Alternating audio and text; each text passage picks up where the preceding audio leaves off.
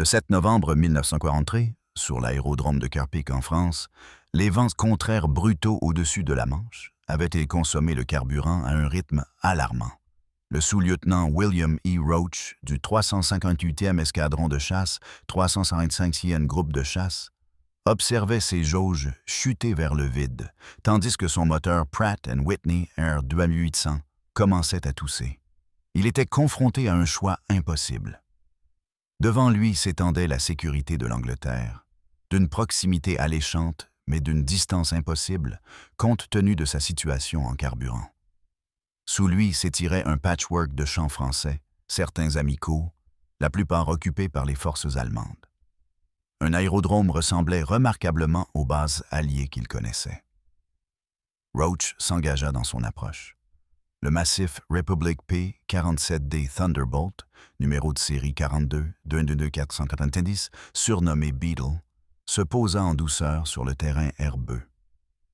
Roach suivit un véhicule terrestre jusqu'à une aire de stationnement, coupa son moteur et ne remarqua qu'alors la Balkenkreuz sur les avions voisins.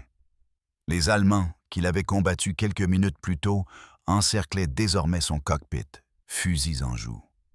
La guerre du lieutenant Roach en tant que pilote de combat était terminée. Il passerait le reste du conflit au Stalaglufthwaffe, mais l'éducation de la Luftwaffe allemande était sur le point de commencer d'une manière qu'aucune des parties n'aurait pu anticiper. Ce que les Allemands découvrirent en examinant Beetle allait fondamentalement modifier leur compréhension de la capacité industrielle américaine et de sa sophistication technologique. Le P-47 Thunderbolt représentait non seulement un avion de chasse, mais une manifestation complète de la philosophie d'ingénierie américaine, de sa capacité de production et de son abondance matérielle. Au cours des 18 mois suivants, tandis que les ingénieurs allemands démontaient, testaient et faisaient voler méthodiquement les Thunderbolts capturés, ils allaient bientôt être confrontés à une vérité inconfortable. L'Allemagne n'avait pas simplement pris du retard dans la course technologique. Elle avait concouru dans une catégorie de guerre industrielle entièrement différente. L'histoire des P-47 capturés aux mains des Allemands révèle comment une supériorité matérielle écrasante, lorsqu'elle est correctement appliquée à l'aviation militaire, pouvait rendre l'excellence tactique et l'habileté des pilotes de plus en plus insuffisantes pour changer l'issue de la guerre. Le Thunderbolt allait enseigner aux ingénieurs allemands des leçons dont ils avaient désespérément besoin, mais qu'ils ne pourraient jamais appliquer. Leur nation manquait de ressources, d'infrastructures industrielles et de temps pour mettre en œuvre ce que les usines américaines produisaient comme équipement standard.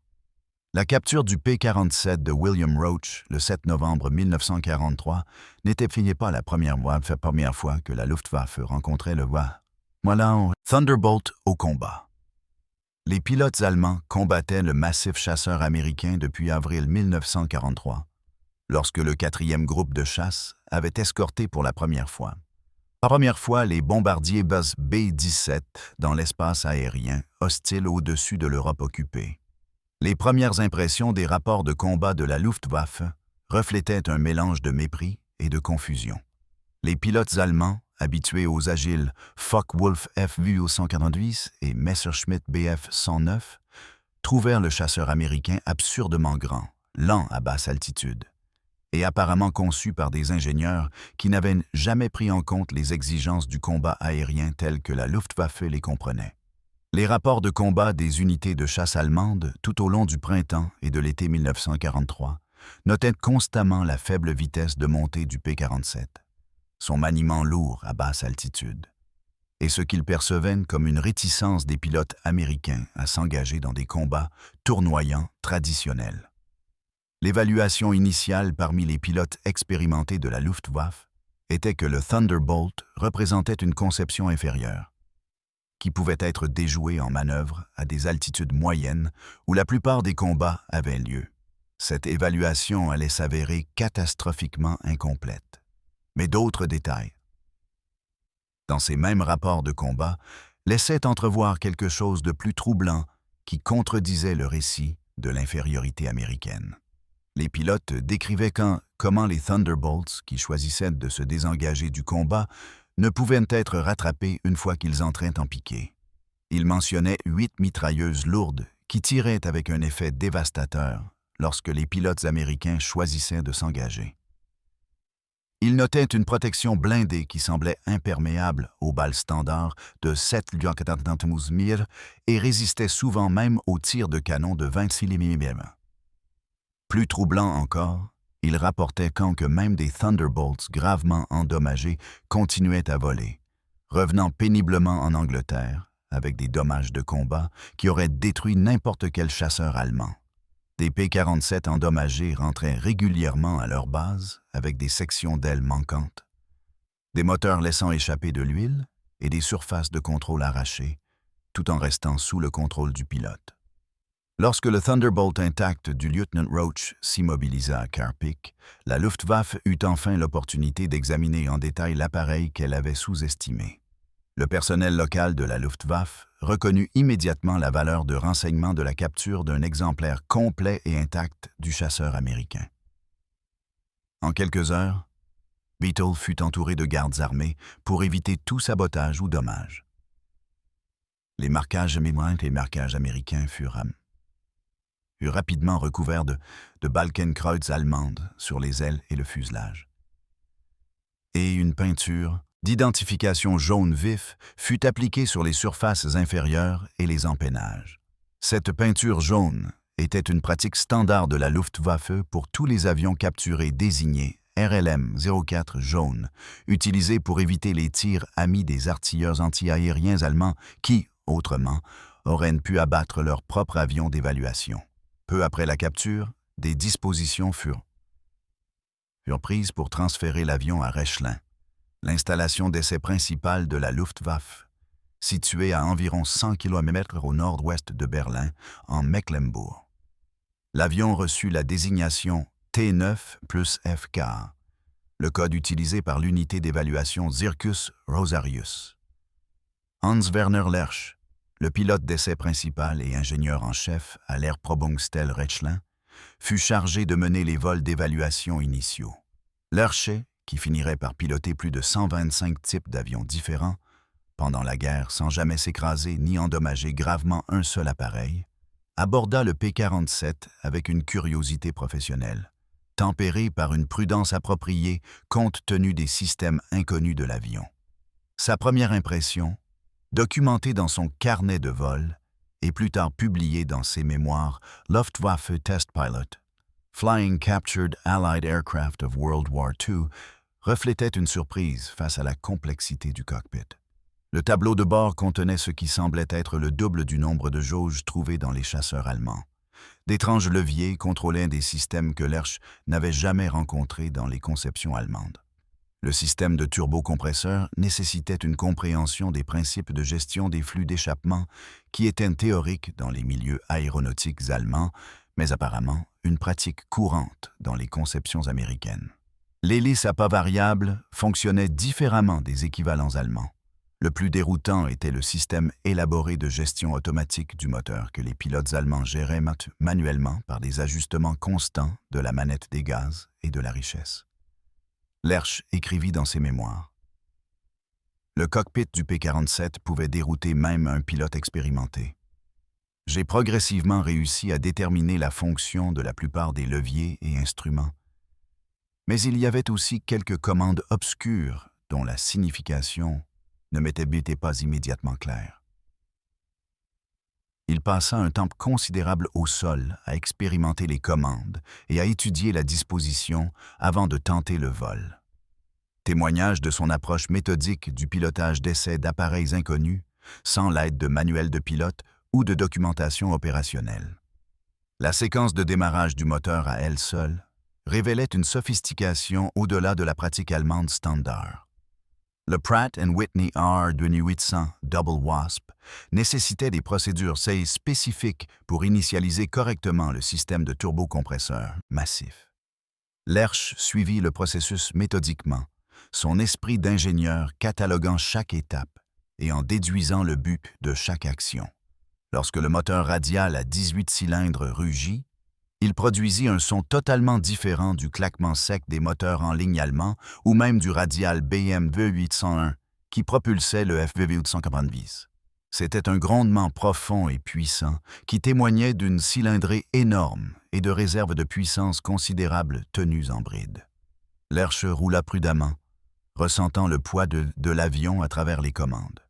Le P-47D pesait près de 10 000 livres à vide, et cet exemplaire transportait encore une quantité substantielle de carburant et une charge complète de munitions, le rapprochant de 13 500 livres.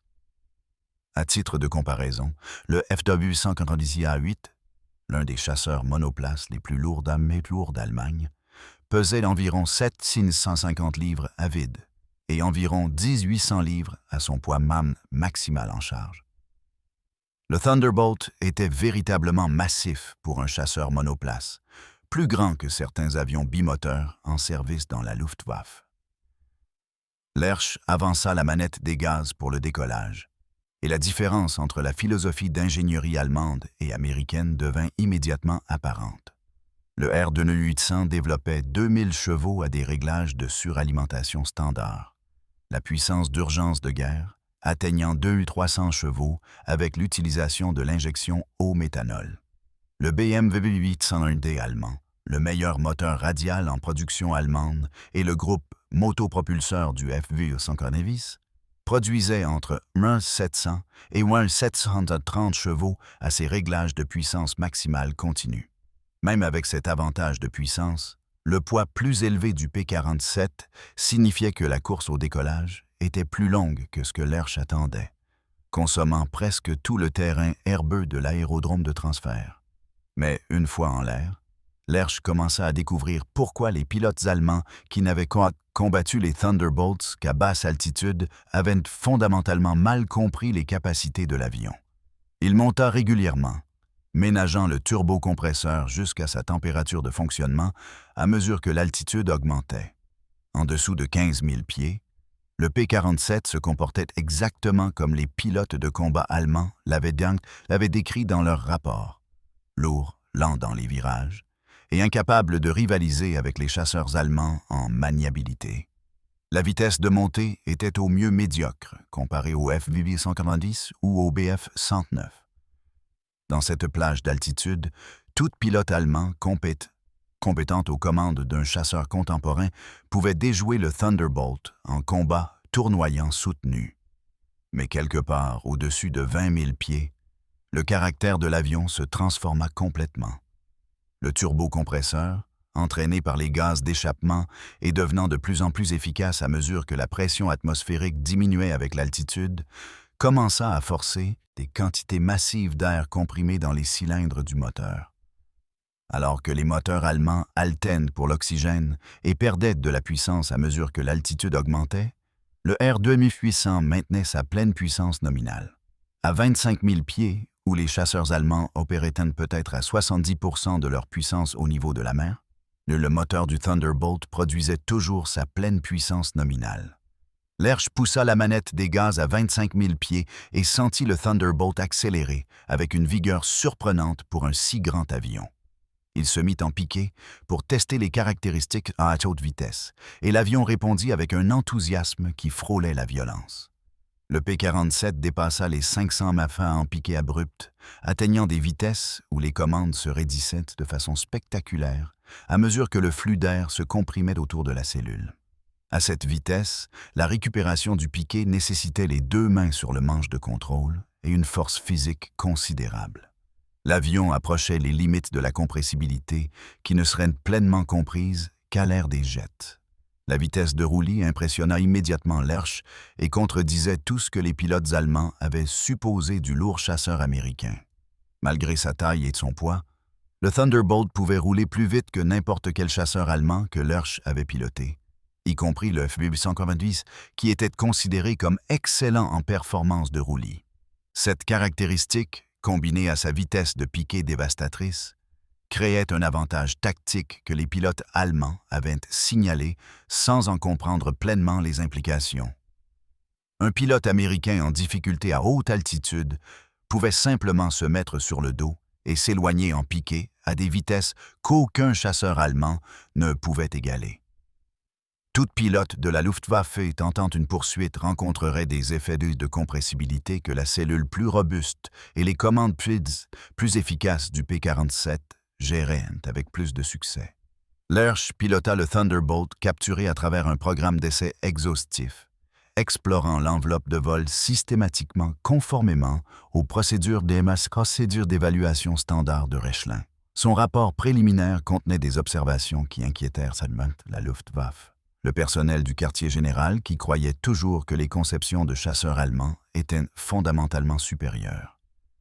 À des altitudes supérieures à 25 000 km, où les combats aériens se produisaient de plus en plus souvent, alors que les formations de bombardiers alliés volaient plus haut pour échapper à la DCA allemande, le P-47 Thunderbolt n'était bien pas inférieur aux chasseurs allemands.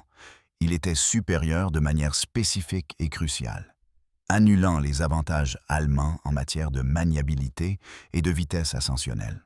Au cours des semaines suivantes, les ingénieurs de Rechlin soumirent le Beetle à des essais exhaustifs selon les procédures stellaires standards d'Aerob. Ils photographièrent chaque composant sous plusieurs angles, mesurèrent chaque dimension avec des instruments de précision, pesèrent chaque pièce et assemblage majeur et testèrent chaque système dans diverses conditions. Le système de turbocompresseur reçut une attention particulière, car cette technologie représentait la différence fondamentale entre les approches américaines et allemandes en matière de performance à haute altitude. Ce qu'ils découvrirent lors de l'examen détaillé choqua les ingénieurs habitués à une philosophie de conception contrainte par les ressources. Le Pratt & Whitney R2800 Double Wasp était composé de 18 cylindres disposés en 2 rangées de 9 cylindres, chacune autour d'un vilebrequin central. La cylindrée totale mesurait 2104,5 pouces 5 pouces cubes, équivalent à 45,58. Pour comparaison directe, le BMW 801D avait une cylindrée de 2560 pouces cubes, 72 cubes, ou 41,38 là. Mais la cylindrée seule n'expliquait pas la différence de puissance significative entre les moteurs. Le R2800 incorporait des pistons en alliage d'aluminium forgé, des soupapes d'échappement refroidies au sodium pour supporter les températures extrêmes, et un vilebrequin forgé à partir d'un alliage d'acier de haute qualité que les métallurgistes allemands examinèrent avec une envie professionnelle, reconnaissant des matériaux qu'ils ne pouvaient plus obtenir en quantité suffisante. La qualité des matériaux américains et la précision de fabrication stupéfièrent l'équipe d'inspection allemande. Chaque composant montrait des preuves d'une fabrication de précision à des tolérances serrées. Les finitions de surface étaient constamment lisses sur toutes les pièces. Les magnétos utilisaient des matériaux de plus en plus rares en Allemagne, et les bougies incorporaient des céramiques de haute qualité, supérieures aux équivalents allemands. Le système d'injection de carburant fonctionnait avec une précision que les ingénieurs allemands associaient à un équipement de laboratoire, plutôt qu'à un avion de combat censé fonctionner de manière fiable dans des conditions difficiles. Plus révélateur encore, le moteur entier ne montrait aucun signe de substitution de matériaux ou de compromis de qualité imposé par les limitations de ressources. Les Américains avaient construit ce moteur exactement comme il avait été conçu à l'origine, utilisant tous les matériaux spécifiés sans les improvisations désespérées qui caractérisaient de plus en plus la production allemande de fin de guerre. Le système de turbocompresseur révélait une sophistication d'ingénierie que l'Allemagne avait tenté de développer, mais n'avait jamais réussi à mettre en œuvre sur des avions de série. Les gaz d'échappement des 18 cylindres étaient collectés par des collecteurs et acheminés par des tuyaux isolés longeant chaque côté du fuselage vers une unité de turbine située derrière et sous le cockpit. Cette turbine, tournant à une vitesse prodigieuse propulsée par les gaz d'échappement chauds, entraînait un compresseur centrifuge qui forçait de l'air supplémentaire dans le compresseur du moteur. Le système comprenait un refroidisseur intermédiaire pour réduire la température de l'air comprimé, augmentant ainsi sa densité et empêchant une détonation destructive. Des régulateurs automatiques contrôlaient la pression de suralimentation et la vitesse de la turbine sans nécessiter une intervention constante du pilote au-delà du réglage de la pression de collecteur souhaité. Les ingénieurs allemands comprenaient parfaitement les principes théoriques. Ils avaient mené des programmes expérimentaux explorant des approches similaires. Mais la mise en œuvre d'un tel système sur des avions de combat produits en série s'était avérée impossible compte tenu des pénuries de matériaux et des limitations de fabrication qui affligeaient l'industrie allemande en 1943. Le turbocompresseur exigeait des alliages exotiques résistants aux hautes températures pour les aubes de turbine, qui devaient supporter des températures extrêmes tout en tournant à grande vitesse. Le système de contrôle exigeait une fabrication de précision et des composants fiables. Le vaste réseau de conduits nécessitait des matériaux résistants à la chaleur et des joints parfaits pour fonctionner efficacement. Chaque élément devait fonctionner de manière fiable en conditions de combat, exposé aux vibrations à des températures extrêmes allant de 60 degrés en altitude à plus de 200 degrés près du moteur, et aux dommages de potentiel dus au combat. Les Américains avaient résolu tous ces problèmes et installé le système complet en équipement standard sur chaque P-47 produit. Le turbocompresseur n'était pas un équipement expérimental réservé aux missions spéciales ou aux séries de production limitées. C'était simplement le fonctionnement de l'avion installé sur des milliers d'exemplaires. Cette mise en œuvre banalisée de la technologie avancée comme équipement de production standard révélait une capacité industrielle que les ingénieurs allemands trouvaient difficile de saisir pleinement. Les rapports techniques allemands de l'évaluation de Rechlin notaient que le système de turbocompresseur seul représentait un niveau de sophistication technique et de capacité de fabrication qui dépassait la capacité allemande de l'époque à reproduire en quantité de production. Les matériaux, la fabrication de précision et le contrôle qualité nécessaires pour produire de tels systèmes de manière fiable à grande échelle dépassaient simplement ce que l'industrie allemande pouvait réaliser en 1943. Compte tenu des pénuries de matériaux stratégiques et de la dégradation progressive des normes de fabrication causées par les bombardements alliés et le remplacement des travailleurs, qualifiés par de la main-d'œuvre forcée, l'installation de l'armement offrait une autre leçon sur l'abondance américaine et l'attention portée aux détails de conception. Le P-47D était équipé de 8 mitrailleuses Browning M2 de calibre .50 avec 4 mitrailleuses installées dans chaque aile. La plupart des chasseurs allemands de l'époque portaient un armement mixte de généralement 4 mitrailleuses et 2 canons de 20 mm, ou, dans les premiers modèles, 6 mitrailleuses au total.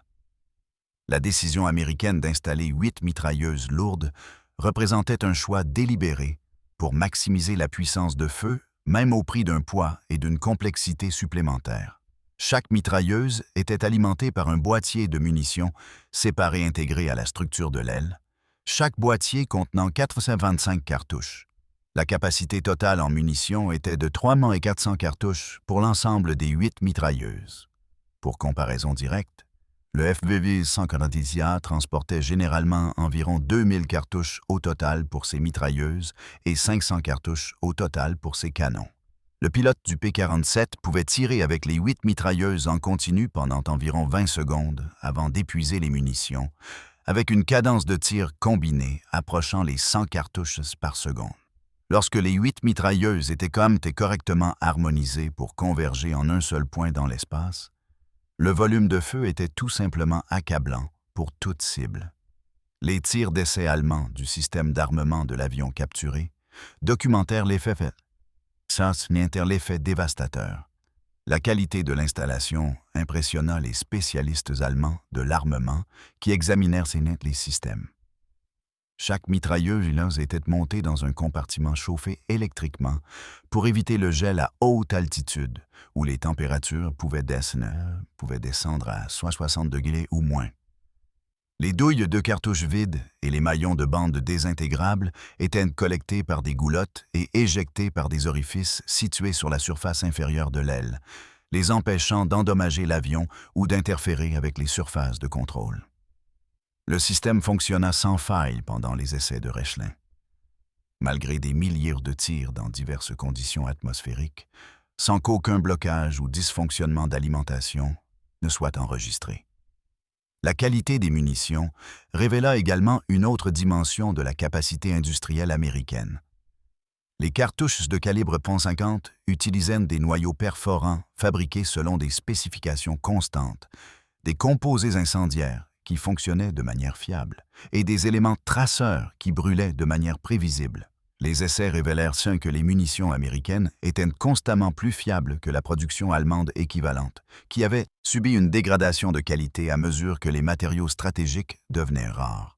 La protection blindée du Thunderbolt démontrait la volonté américaine d'accepter des pénalités de poids significatives en échange de la survie du pilote, une différence philosophique par rapport aux priorités de conception allemandes. Le cockpit était entouré de lourdes plaques de banishing de blindage sur plusieurs côtés. Le pilote était assis dans ce que les concepteurs américains appelaient une baignoire blindée, qui offrait une protection par le bas et par l'arrière. Le pare-brise incorporait un verre épais et pare-balles capable d'arrêter des tirs de mitrailleuses et de résister aux éclats d'obus de canon.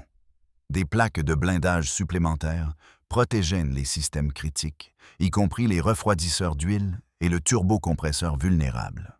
Le poids total du blindage dépassait 200 lbs, à peu près l'équivalent du poids de l'ajout de 2 mitrailleuses supplémentaires avec leurs munitions. Les chasseurs allemands portaient généralement une protection blindée moins complète, privilégiant un poids plus léger et de meilleure performance tout en acceptant des pertes de pilotes plus élevées, comme un coût inévitable des opérations de combat. Cette différence de philosophie de conception se révélait clairement dans l'accessibilité pour la maintenance. Les concepteurs américains avaient clairement anticipé que les mécaniciens, travaillant sur les bases aériennes avancées, auraient besoin d'entretenir les avions rapidement, même la nuit, dans des conditions météorologiques défavorables ou sous la menace d'une attaque ennemie. Chaque composant majeur pouvait être accédé via de grands panneaux fixés par des attaches à déclenchement rapide qui ne nécessitaient que des outils simples. Le moteur massif pouvait être remplacé sur le terrain en quelques heures en utilisant un équipement de levage standard et en suivant des procédures clairement documentées. Les chasseurs allemands, conçus avec l'attente d'une maintenance au niveau de l'usine pour les réparations majeures, nécessitaient généralement un démontage plus extensif pour l'entretien des composants majeurs. Cette différence reflétait l'abondance américaine versus la rareté allemande. Les Américains pouvaient se permettre de consacrer des ressources d'ingénierie à la maintenabilité parce que leur capacité industrielle leur permettait d'optimiser les conceptions pour l'efficacité opérationnelle plutôt que pour la pure efficacité de production. L'installation radio du P-47 capturé représentait un autre domaine où la technologie américaine surpassait les équivalents allemands. L'avion était équipé d'une radio de commandement SCR-274N pour la communication air-air et air-sol, plus une radio de liaison SCR-501 fournissant des canaux de communication supplémentaires. Les deux unités fonctionnaient avec une clarté et une portée qui dépassaient les capacités radio allemandes contemporaines. Les systèmes radio allemands souffraient de problèmes d'interférence persistants que les ingénieurs américains avaient apparemment résolus grâce à une conception de composants supérieurs et un meilleur blindage. Les radios s'intégraient également à un système d'identification ami-ennemi, IFF, qui identifiait automatiquement les avions amis aux contrôleurs au sol, prévenant les incidents de tir amis.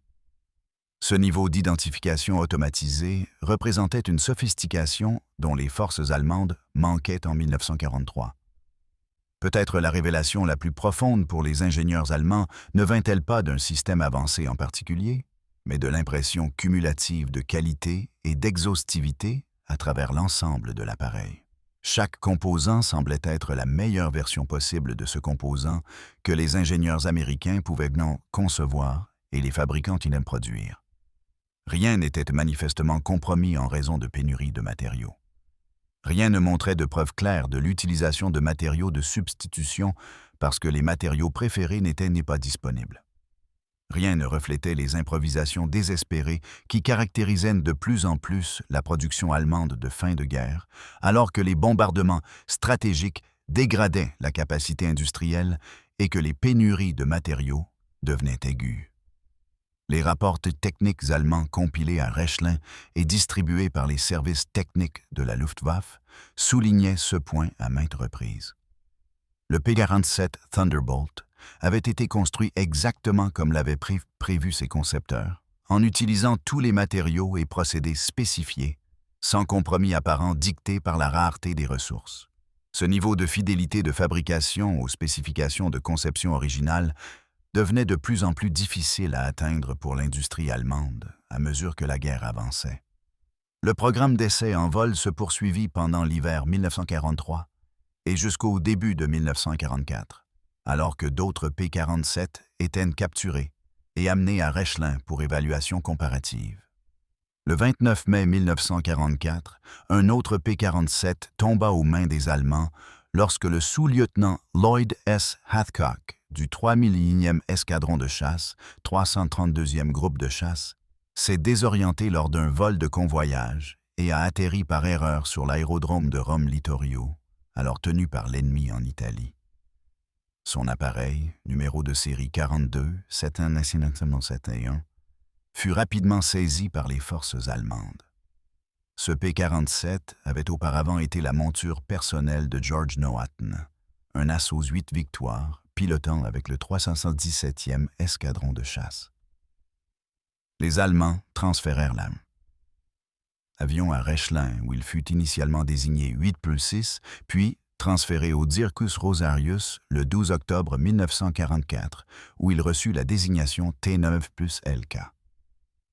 Les données d'essai accumulées et summaires, Rechlin produisirent des recommandations tactiques qui furent compilées et distribuées aux unités de chasse de première ligne de la Luftwaffe.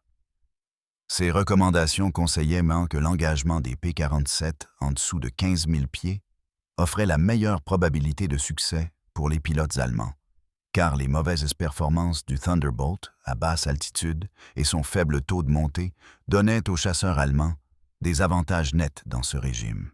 Les pilotes furent spécifiquement avertis d'éviter de piquer pour échapper aux Thunderbolts attaquants, car le chasseur américain accélérerait simplement à des vitesses que les avions allemands ne pouvaient égaler en piqué.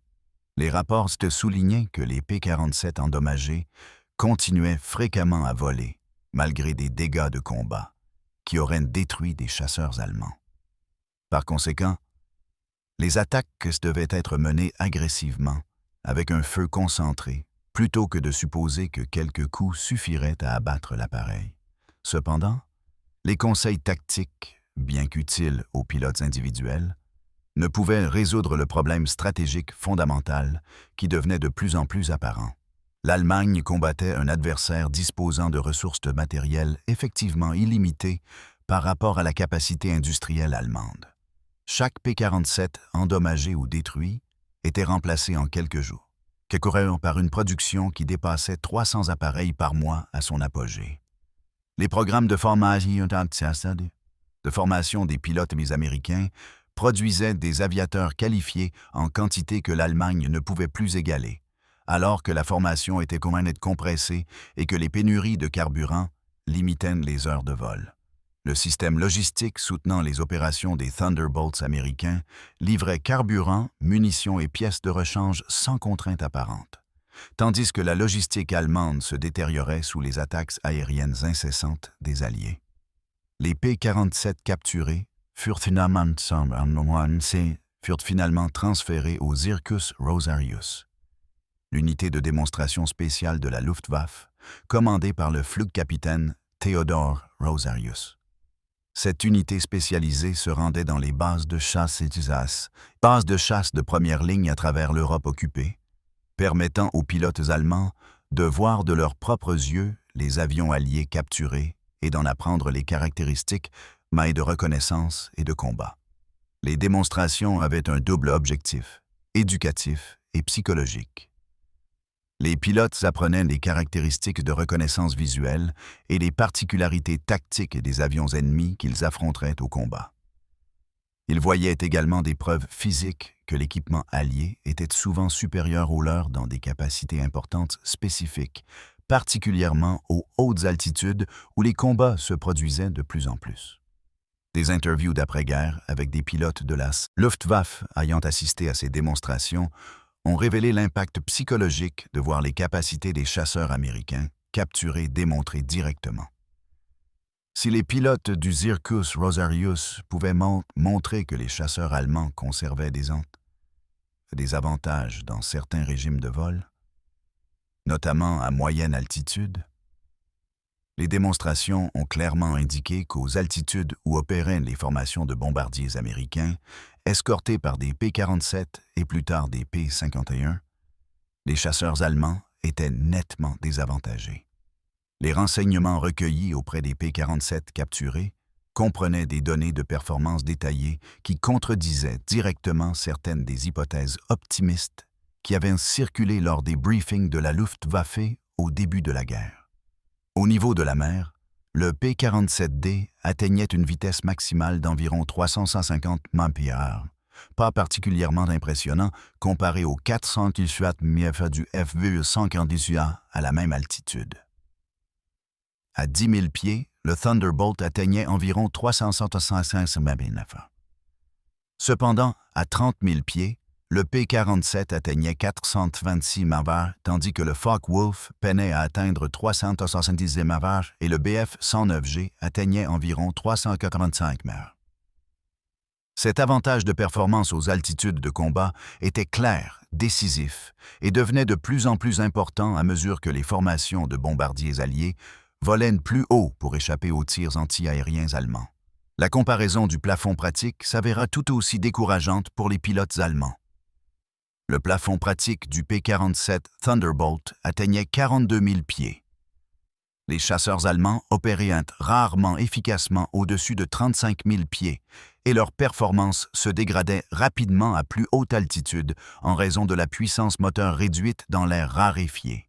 Les formations de bombardiers américains pouvaient et opéraient à des altitudes où les intercepteurs allemands pouvaient à peine les atteindre et où les intercepteurs qui atteignaient l'altitude de combat n'avaient pas de réserve de puissance suffisante pour des manœuvres de combat efficaces. Les escortes P-47 opéraient confortablement à ces altitudes, maintenant leur pleine capacité de combat, tandis que les chasseurs allemands peinaient. Les comparaisons d'autonomie entre les chasseurs américains et allemands révélèrent une autre dimension de la supériorité industrielle et logistique américaine. Avec des réservoirs de carburant externes, le P-47D pouvait escorter des bombardiers sur des missions pénétrant profondément en Allemagne. Les premiers modèles de P-47 avaient une portée limitée qui restreignait leur efficacité, mais en 1944, les Thunderbolts, équipés de réservoirs largables de 108 gaillons, effectuaient régulièrement des missions couvrant 1000 miles ou plus. Les chasseurs allemands, conçus principalement pour des missions d'interception à courte portée en défense du Reich, manquaient de capacité de carburant interne pour des opérations prolongées. La différence de rayon d'action signifiait que les chasseurs américains pouvaient engager le combat au moment et aux endroits de leur choix, tandis que les chasseurs allemands étaient contraints de combattre de manière défensive. Les Thunderbolts capturés ont également fourni des informations sur la formation des pilotes américains et la doctrine tactique grâce à l'examen des séquences de caméras de tir et à l'analyse des schémas de dégâts de combat sur les avions qui avaient survécu au combat avant d'être capturés. Les preuves suggéraient que les pilotes américains employaient constamment des tactiques qui mettaient en valeur les forces du P-47 tout en évitant les situations qui exposaient ses faiblesses. Ils maintenaient une altitude élevée où le turbocompresseur offrait un net avantage. Ils utilisaient des attaques en piqué et en montée rapide plutôt que d'essayer des combats tournoyants, prolongés, où les chasseurs allemands avaient de l'avantage. Ils travaillaient par paires coordonnées ou en vol de 4 appareils plutôt que de s'engager en combat individuel. Maintenant, un soutien mutuel, même si cela signifiait refuser des opportunités d'engagement individuel apparemment avantageuses. La discipline évidente dans l'exécution tactique américaine impressionna les analystes de la Luftwaffe qui étudièrent l'épreuve. De nombreux pilotes de la Luftwaffe, en particulier les As expérimentés, préféraient combattre individuellement, comptant sur leur habileté personnelle et des tactiques agressives pour remporter la victoire. Les pilotes américains semblaient suivre systématiquement la doctrine établie, se soutenant mutuellement et permettant rarement à l'orgueil ou à l'agressivité individuelle de l'emporter sur le sens tactique. Cette approche disciplinée, combinée à un équipement supérieur à haute altitude et à un avantage numérique croissant, créa une combinaison que même les pilotes allemands chevronnés trouvèrent de plus en plus difficile à surmonter à mesure que la guerre avançait. Au jour J, en juin 1944, la situation stratégique s'était détériorée au point que les renseignements sur les avions capturés n'offraient que peu de valeur pratique à l'effort de guerre allemand. La Luftwaffe comprenait clairement que l'équipement américain était supérieur à bien des égards importants. Il comprenait les tactiques américaines. Il disposait de données techniques détaillées sur les performances des avions alliés. Mais cette connaissance ne pouvait produire les ressources, les matériaux stratégiques, la capacité de fabrication et le personnel qualifié nécessaires pour concourir efficacement. Les rapports de Rechlin, soigneusement compilés et professionnellement distribués par les services techniques de la Luftwaffe, servaient principalement à documenter le fossé technologique et industriel qui menait l'Allemagne à une défaite inévitable. La comparaison entre la production de moteurs américains et allemands illustrait la position impossible dans laquelle l'Allemagne se trouvait. Pratt & Whitney, ainsi que Ford Motor Company, avaient produit plus de 125 000 moteurs R2800 à la fin de la guerre. La production de ce seul type de moteur dépassait la production totale de moteurs d'avions de combat de l'Allemagne. BMW produisit environ 61 000 exemplaires du moteur radial 801 pendant toute la guerre. Le Daimler-Benz DB605, le moteur en ligne le plus produit en Allemagne, atteignit environ 42 400 unités en production totale. La production américaine d'un type de moteur avancé dépassait la production totale de l'Allemagne de tous les moteurs d'avions de combat combinés. L'industrie américaine produisit environ 96 000 avions en 1944, tandis que l'Allemagne atteignit environ 25 000 avions de tous types. Les États-Unis seuls produisirent 38 000 chasseurs, 16 000 bombardiers lourds et des milliers de bombardiers moyens, de transport et d'avions d'entraînement. Combiné à la production britannique et soviétique, l'avantage allié en production aéronautique dépassait 5 ans en 1944. La base industrielle soutenant cette production opérait à une échelle que l'Allemagne ne pouvait égaler. L'Aluminum Company of America seule produisait plus d'aluminium que l'ensemble de l'industrie allemande de l'aluminium. Des usines sidérurgiques américaines individuelles surpassaient fréquemment la production de toute la région industrielle de la Ruhr. Les usines automobiles qui fabriquaient des véhicules fonctionnaient sur des chaînes de montage, tandis que les usines allemandes utilisaient des méthodes de production par lot. Même les machines-outils qui fabriquaient les machines qui construisaient les avions étaient elles-mêmes produites en quantité qui permettait à l'industrie américaine de subvenir non seulement à ses propres besoins, mais aussi de fournir des quantités substantielles à ses alliés britanniques et soviétiques. Les P-47 capturés terminèrent finalement leur service au cours des mois finaux chaotiques de la guerre en Europe. L'avion désigné T-9 plus FK, originellement le Beetle de William Roach, fut récupéré par les forces américaines à Göttingen en mai 1945. Trouvé parmi une collection d'avions alliés capturés que les Allemands avaient évalués. Des photographies prises par les forces américaines montrent l'avion portant encore des marquages allemands partiels, garé aux côtés de FW-170 et de Bf-109 dans ce qui était effectivement un musée d'équipements capturés, documentant l'étendue de l'effort de collecte de renseignements de la Luftwaffe. Les Thunderbolts, qui servirent au sein des unités d'évaluation allemandes, ont fourni aux pilotes et ingénieurs allemands une éducation dont ils avaient désespérément besoin, mais qu'ils avaient reçue trop tard pour avoir une importance stratégique.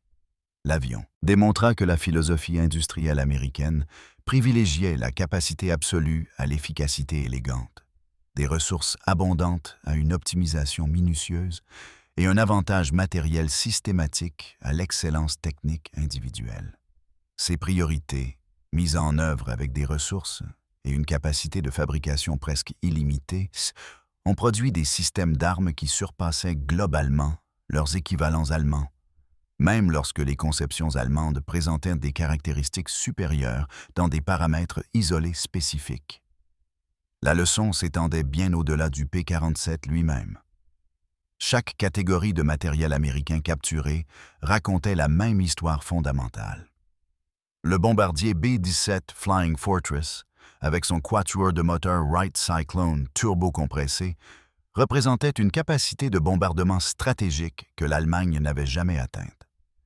Le P-51 Mustang, combinant l'ingénierie américaine de la cellule avec le moteur britannique Rolls-Royce Merlin, a créé ce que de nombreux historiens considèrent comme le meilleur chasseur à moteur à pistons de toute la guerre. Le P-38 Lightning, avec ses 2 moteurs turbocompressés et son train d'atterrissage tricycle, démontrait la volonté américaine de rechercher des solutions non conventionnelles. Chaque type d'avion révélait la même approche américaine fondamentale: résoudre les problèmes par une ingénierie supérieure soutenue par une capacité industrielle illimitée plutôt que par une optimisation astucieuse, contrainte par la rareté des ressources. Les analystes de la Luftwaffe observaient clairement qu'ils n'étaient pas vaincus par des tactiques supérieures ou des pilotes mieux entraînés, bien que les programmes d'entraînement américains produisaient des pilotes adéquats en nombre écrasant. Ils étaient vaincus par un système industriel qui, les Américains pouvaient concevoir un équipement adéquat, puis le produire en quantité qui rendait les avantages qualitatifs allemands de plus en plus insignifiants. Ils concevaient en fonction de leurs atouts industriels, tirant parti d'une capacité de fabrication massive, de matières premières abondantes et d'une logistique efficace. En 1943, l'Allemagne concevait malgré des limitations industrielles paralysantes, tentant de réaliser par l'ingéniosité technique ce qu'elle ne pouvait plus accomplir par sa puissance industrielle. Les implications stratégiques étaient bien documentées par tous les services techniques de la Luftwaffe. L'Allemagne avait commencé la guerre avec ce qui était sans doute la force aérienne la plus avancée du monde, équipée d'avions qui étaient généralement supérieurs à leurs adversaires individuellement. Les pilotes allemands étaient mieux entraînés que la plupart de leurs adversaires au début. Les tactiques allemandes étaient plus raffinées. Mais l'industrie allemande manquait fondamentalement de la capacité de maintenir ses avantages face à des adversaires dotés de ressources industrielles bien plus importantes. La production d'avions américaines a doublé à plusieurs reprises, en 1940, puis en 1941 et encore en 1942, continuant de s'étendre jusqu'à ce qu'en 1944, les usines américaines produisent de plus de 96 000 avions par an. L'Allemagne n'a jamais dépassé les 40 000 avions par an, malgré des efforts désespérés pour augmenter la production. L'écart de qualité entre les avions américains et allemands s'est constamment creusé, plutôt que de se réduire. En 1942, les avions allemands étaient souvent supérieurs à leurs homologues américains. En 1944, les avions américains égalaient ou dépassaient les conceptions allemandes, dans pratiquement toutes les catégories importantes. En 1955, l'écart était devenu un abîme. Les chasseurs américains comme le P-51H et le P-47N représentaient un perfectionnement évolutif de conceptions de base déjà excellentes. Les chasseurs allemands comme le Ta-152 représentaient des tentatives désespérées d'extraire plus de performances de systèmes industriels s'effondrant sous le poids combiné des bombardements stratégiques, des pénuries de matières premières et du remplacement des travailleurs qualifiés par de la main-d'œuvre forcée mal formée. L'impact psychologique sur le moral de la Luftwaffe, face à des flots incessants d'avions ennemis capables, s'est avéré aussi destructeur que les pertes matérielles. Les pilotes avant les Allemands ont rapporté se sentir moins comme des guerriers en combat honorable et plus comme des cibles dans une campagne de destruction systématique. Peu importe le nombre d'avions alliés qu'ils abattaient, d'autres apparaissaient le lendemain. Peu importe leur habileté au combat, la supériorité numérique américaine finissait par l'emporter par simple attrition, La connaissance que l'équipement de leurs adversaires était souvent supérieur au leur, livré en quantité bien plus grande, soutenu par une meilleure logistique et piloté par des aviateurs suffisamment entraînés et rapidement remplacés en cas de perte, a créé un sentiment omniprésent de défaite inévitable qui s'est répandu dans toutes les forces de chasse en 1944. Les P-47 capturés servaient de preuve physique tangible de cette réalité. Ce n'étaient en effet pas des allégations de propagande ou des rapports de renseignement exagérés. C'étaient de véritables avions que les pilotes allemands pouvaient examiner directement. Le Thunderbolt n'était pas une arme miracle ou une percée technologique révolutionnaire. C'était simplement un très bon avion de chasse, correctement conçu pour sa mission, suffisamment motorisé, bien armé, correctement protégé, et fabriqué en quantité suffisante pour submerger l'opposition par une application systématique de la supériorité matérielle. La dernière ironie de l'histoire fut que les Allemands apprirent sans cesse leçons en profondeur, les documentaires passant professionnellement et en saisirent imparfaitement dans les implications, mais ne purent jamais appliquer les connaissances acquises. Comprendre la supériorité industrielle américaine n'a pas fourni à l'Allemagne l'aluminium, l'acier, le carburant, la main-d'œuvre qualifiée, les usines intactes et les réseaux de transport fonctionnels nécessaires pour produire des avions équivalents en quantité équivalente. Connaître les capacités exactes du P-47 n'a pas fourni les alliages haute température, l'équipement de fabrication de précision, les systèmes de contrôle qualité et la main-d'œuvre qualifiée nécessaire pour construire des systèmes de turbocompresseurs comparables. Les renseignements recueillis à partir des avions capturés documentaient l'ampleur de la défaite allemande, avec une rigueur professionnelle sans offrir de voie réaliste pour éviter cette défaite. Lorsque les forces alliées capturèrent Reichland et ses installations associées en mai 1945, elles découvrirent une documentation extensive du programme d'évaluation des avions capturés.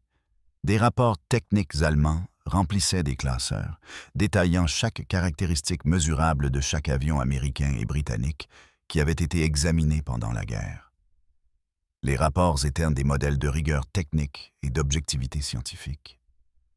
Ils représentaient également des milliers d'heures hommes passées à documenter méticuleusement des capacités que l'Allemagne pouvait observer et mesurer, mais jamais reproduire, compte tenu de sa situation industrielle en déclin. Les équipes de renseignement technique américaines qui ont examiné les rapports allemands après la guerre ont noté avec un intérêt professionnel que les ingénieurs allemands avaient compris les capacités des avions américains plus clairement et avec plus de détails que ne le faisaient parfois les commandants américains. Les Allemands avaient identifié des faiblesses dans les conceptions américaines que les pilotes américains avaient appris à contourner par l'expérience. L'analyse technique était fréquemment plus détaillée et rigoureuse que les évaluations américaines équivalentes de leur propre équipement. La compétence en ingénierie allemande n'avait jamais été remise en question. Cependant, les examinateurs américains ont également relevé ce que les rapports allemands révélaient implicitement sur la situation stratégique de l'Allemagne. L'Allemagne avait tenté de mener une guerre industrielle moderne avec une base industrielle insuffisante pour la tâche. Ils avaient été compensés par une excellente ingénierie, une formation supérieure des pilotes au début de la guerre et une innovation tactique née de la nécessité. Ces avantages les avaient soutenus lors de leur première victoire contre des adversaires aux contraintes de ressources similaires. Mais face à un adversaire comme les États-Unis, possédant une capacité industrielle qui dépassait celle de toutes les autres grandes puissances réunies, une excellente ingénierie et des compétences tactiques ne pouvaient en que retarder l'issue inévitable, plutôt que de la changer. L'histoire des ingénieurs allemands examinant les P-47 Thunderbolts capturés offre une étude de cas clair des réalités de la guerre industrielle telle qu'elle avait évolué durant la Seconde Guerre mondiale. Le Thunderbolt a réussi non pas parce qu'il était le meilleur avion de chasse possible à tous égards imaginables, mais parce que c'était un avion de chasse très efficace, produit en quantité, qui rendait les exemples isolés de supériorité technique stratégiquement non pertinents. L'industrie américaine a construit 15 683 Thunderbolts tout en produisant simultanément 15 486 P-51 Mustang, 10 377 P-38 Lightning, 13 738 F-6F Hellcat et 12 561 F-32 Corsair. La production totale de chasseurs américains a dépassé les 60 000 appareils pendant la guerre. Chaque avion représentait des milliers d'heures de main-d'œuvre qualifiée, des tonnes d'aluminium et d'acier, des centaines de composants de précision et une capacité de fabrication que l'Allemagne ne pouvait égaler. Le P-47 Thunderbolt est devenu un symbole de la dominance industrielle américaine pour les pilotes allemands qui le combattaient. Les pilotes statistes de la Luftwaffe utilisaient le même surnom inventé par les pilotes américains, l'appelant « The Jug », le pot, en reconnaissance de son apparence lourde. Ils l'appelaient aussi « Indiana », d'après l'emblème de l'oiseau tonnerre que de nombreuses escadrilles peignaient sur les capots des moteurs. À mesure que les pertes s'accumulaient et que la situation stratégique se détériorait, certains le désignaient simplement comme « ce chasseur à 8 canons » et apprirent par une amère expérience à éviter d'engager les Thunderbolts à des altitudes où le chasseur américain détenait un avantage tactique. Cela signifiait de plus en plus éviter le combat au-dessus de 20 000 pieds, où le turbocompresseur donnait au P-47 une supériorité de performance décisive. À la fin de la guerre, les P-47 Thunderbolts avaient détruit environ 3 752 avions ennemis en combat aérien, tandis qu'environ 399 P-47 furent perdus toutes causes confondues, y compris les accidents opérationnels, les pannes mécaniques et les missions d'attaque au sol. Ce taux d'échange approximativement d'1 pour 1 en perte totale semble anodin jusqu'à ce que l'on considère que le Thunderbolt a servi principalement dans le rôle d'attaque au sol à partir de la mi-1944, faisant face à un intense feu anti-aérien lors de missions à basse altitude plutôt que de s'engager principalement dans le combat aérien. Dans le rôle de chasseur d'escorte pur en 1943 et début 1944, les P-47 atteignirent des taux d'échange significativement meilleurs, particulièrement à haute altitude où l'avantage du turbocompresseur était le plus prononcé. Le rôle d'attaque au sol révéla une autre dimension de la philosophie de conception américaine qui mettait l'accent sur la polyvalence. Lorsque les P-51 Mustang, avec leur portée supérieure, commencèrent à reprendre les missions d'escorte de bombardiers en 1944, la 9e Force aérienne réaffecta de nombreux groupes de Thunderbolt à des missions de soutien aérien tactique. Le robuste P-47, avec son moteur radial fiable refroidi par air et sa lourde protection blindée, s'avéra exceptionnellement bien adapté aux dangereuses missions d'attaque à basse altitude. Les mêmes caractéristiques qui le rendaient lourd en combat de tournoyant à basse altitude, taille substantielle, poids élevé, blindage complet, armement puissant, le rendaient presque idéal pour les missions d'attaque au sol, où la survivabilité et la puissance de feu importaient plus que la manœuvrabilité. Les pilotes de Thunderbolt, effectuant des missions d'attaque au sol, détruisirent des quantités stupéfiantes de matériel militaire allemand. Les revendications officielles documentées par des séquences de caméras de tir et des rapports d'après-action comprenaient plus de 86 000 wagons de chemin de fer, 9 000 locomotives, 6 000 véhicules de combat blindés et 68 000 camions détruits ou endommagés. Bien que de telles revendications aient inévitablement inclus une certaine duplication, l'ampleur de la destruction était indéniable et eut un impact mesurable sur les opérations militaires allemandes. Le P-47, armé de bombes et de roquettes en plus de ses 8 mitrailleuses, avait évolué pour devenir un véritable avion de combat multirôle.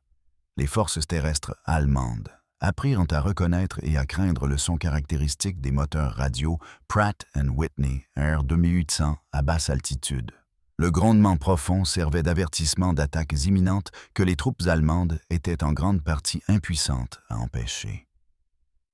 L'impact psychologique des attaques aériennes constantes, combiné aux pertes matérielles substantielles et à la perturbation de la logistique et des communications, dégrada mesurablement l'efficacité au combat des forces terrestres allemandes tout au long de 1944 et 1945.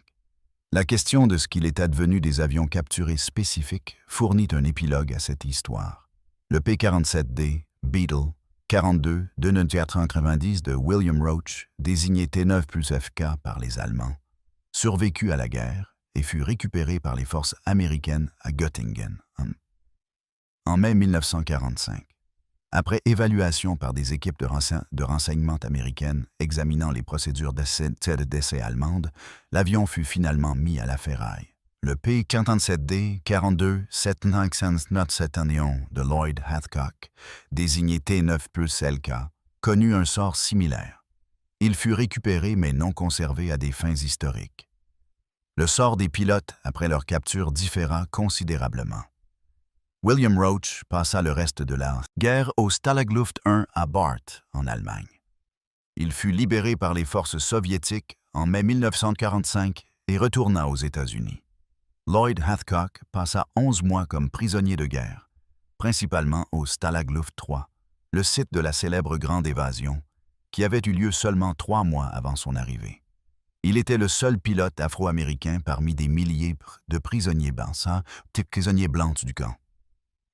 Lorsque les forces soviétiques avancèrent vers l'ouest, en janvier 1945, les forces allemandes évacuèrent le camp, contraignant les prisonniers à une marche hivernale brutale vers le Stalag 7A, puis le Stalag 13D. Il fut libéré par les forces alliées en avril 1945. Hathcock retourna aux États-Unis et joua un rôle important dans la déségrégation d'après-guerre de l'US Air Force. Il fut par la suite un pionnier des innovations en matière de photographie de reconnaissance aérienne à la base aérienne de Wright-Patterson. Hans Verriller survécut à la guerre malgré avoir piloté 125 types d'avions différents, y compris de nombreux avions alliés capturés tout au long du conflit. Son remarquable dossier de sécurité, n'ayant jamais écrasé ni gravement endommagé un seul appareil durant sa carrière de pilote d'essai, est unique dans l'histoire de l'aviation. Après la guerre, il fournit de nombreux rapports aux services de renseignement alliés concernant les programmes de développement d'avions allemands. Ses mémoires, publiées en 1977 en allemand et traduites en anglais en 1980, offrent l'un des récits de première main les plus détaillés du programme allemand d'évaluation des avions capturés et fournissent des informations précieuses sur la manière dont la Luftwaffe évaluait la technologie aéronautique alliée. La leçon plus large qui se dégage de l'histoire des P-47 Thunderbolts capturés aux mains des Allemands transcende les détails techniques spécifiques d'un seul type d'avion. L'évaluation du Thunderbolt à Rechlin a démontré que, dès 1943, l'issue de la guerre aérienne en Europe n'était pas déterminée par la compétence des pilotes, l'innovation tactique, ni même la performance des avions en termes techniques stricts, mais par la capacité industrielle appliquée à l'échelle nationale. La nation capable de concevoir un équipement adéquat et de le produire en quantité écrasante, tout en produisant simultanément tout le reste nécessaire à une armée moderne, vaincrait inévitablement les adversaires qui produisaient un équipement techniquement supérieur en quantité insuffisante. La situation de l'Allemagne à la fin de 1943 était celle d'une nation tentant de rivaliser industriellement avec des adversaires dont la capacité industrielle combinée dépassait la capacité allemande par des facteurs de 5 ou plus. Lorsque la Grande-Bretagne refusa de capituler après la chute de la France, lorsque l'Union soviétique survécut à l'assaut allemand initial et délocalisa son industrie hors de portée allemande, et lorsque les États-Unis entrèrent en guerre avec leur vaste base industrielle intacte, la voie de l'Allemagne vers la victoire militaire se fermait effectivement. La seule question était de savoir combien de temps l'Allemagne pourrait continuer à se battre et quelle destruction se produirait avant la conclusion inévitable. L'histoire de Beetle et des autres Thunderbolts capturés à Rechlin devient ainsi un microcosme du dilemme stratégique plus large de l'Allemagne. Les ingénieurs allemands pouvaient examiner l'équipement américain, comprendre les capacités américaines et évaluer avec précision la puissance industrielle américaine. Cette connaissance fut professionnellement recueillie, soigneusement analysée et minutieusement documentée. Mais la connaissance seule ne pouvait produire l'aluminium, l'acier, le caoutchouc, le carburant, les machines-outils, les ouvriers qualifiés, les usines intactes et les chemins de fer fonctionnels nécessaires pour rivaliser avec la production industrielle américaine. Le Republic P-47 Thunderbolt, examiné en détail par les ingénieurs allemands à Rechlin, prouva une vérité ultime sur la guerre industrialisée au XXe siècle. L'abondance matérielle systématiquement appliquée, grâce à une ingénierie compétente et une exécution tactique adéquate, vaincrait l'excellence technique contrainte par la rareté des ressources. L'élément le plus puissant de l'arsenal américain n'était-il pas une technologie individuelle, aussi impressionnante soit-elle, mais plutôt le système industriel complet, capable de concevoir, développer, tester, produire et soutenir logistiquement des milliers de systèmes d'armes complexes simultanément, tout en maintenant la qualité et en améliorant continuellement les conceptions basées sur l'expérience de combat. Les Thunderbolts capturés enseignèrent cette leçon avec une clarté indéniable. Les ingénieurs allemands la mesurèrent pas précisément, la documentèrent professionnellement et la rapportèrent avec exactitude par le biais de leur chaîne de commandement. La leçon arriva trop tard pour être significative. Au moment où le Beetle de William Roach était méticuleusement examiné à Rechlin, fin 1943, l'issue de la guerre était déjà déterminée par des mathématiques industrielles qu'aucune compétence d'ingénierie allemande ni aucun courage de pilote ne pouvaient surmonter. Les Thunderbolts, posés sur les aérodromes allemands, arborant des marques de Balkenkreuz hâtives sur les étoiles américaines, représentaient un avenir qui était déjà là. Un avenir où la capacité industrielle était devenue le facteur décisif de la guerre moderne.